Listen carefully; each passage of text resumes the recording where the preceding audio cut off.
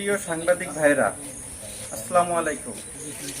আজকের এই সংবাদ সম্মেলনে উপস্থিত হওয়ার জন্য সবাইকে আন্তরিক ধন্যবাদ জানাই।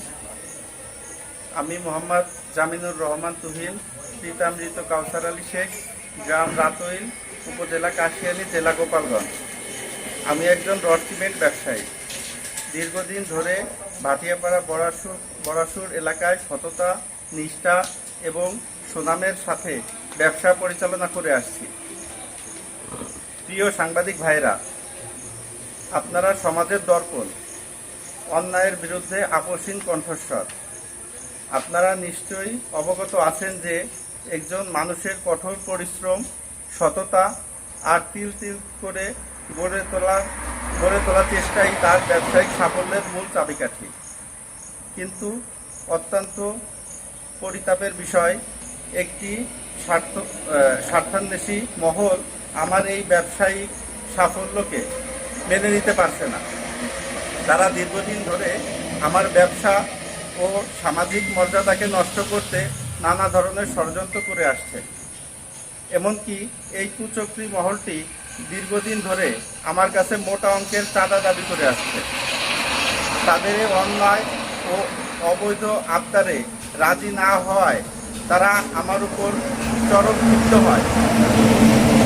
এক পর্যায়ে আপনাদের মতো বস্তুনিষ্ঠ সাংবাদিক ভাইদের চোখ ফাঁকি দিয়ে কতিপয় নামধারী সাংবাদিকদের ভুয়া, কাল্পনিক ও বিভ্রান্তিমূলক তথ্য দিয়ে সম্প্রতি বেশ কয়েকটি জাতীয় ও স্থানীয় পত্রিকায় গৃহীত অনলাইন ভার্সনে আমাকে জড়িয়ে গোপালগঞ্জের আলাদ্দিনের চেরাগের অপর নাম তুহিন, আলাদ্দিনের চেরাগ হাতে পেলেন কাশিয়ানী তুহিন এর মতো অত্যন্ত আপত্তিকর, মানহানিকর ও কুরুচি সম্পূর্ণ শিরোনামে সংবাদ প্রকাশ হয়েছে। উক্ত সংবাদে দাবি করা হয়েছে যে গোপালগঞ্জের কাশিয়ানীতে ঢাকা খুলনা মহাসড়কের পাশে আমার Nahar fashion house, Nahar group of industry limited, Nahar housing ও নাহার রিসোর্ট নামে একাধিক প্রতিষ্ঠান রয়েছে। এ সমস্ত সংবাদ সম্পূর্ণ মিথ্যা, বানোয়াট এবং উদ্দেশ্যপ্রণোদিত। বাস্তব সত্য হলো, উক্ত মহাসড়কের পাশে আমার একমাত্র বৈধ ব্যবসা প্রতিষ্ঠান রয়েছে, যার নাম নাহার এন্টারপ্রাইজ। এটি কোনো জাদুর চেরাগ নয়, ব্যাংক ঋণের মাধ্যমে পরিচালিত। আমি সরকারের একজন নিয়মিত ও দায়বদ্ধ করদাতা।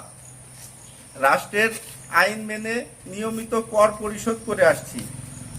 অথচ একটি চক্রের ব্যক্তিগত আক্রোশ ও চাঁদাবাজির শিকার হয়ে আজ আমাকে মিথ্যা অপবাদের মুখোমুখি হতে হচ্ছে।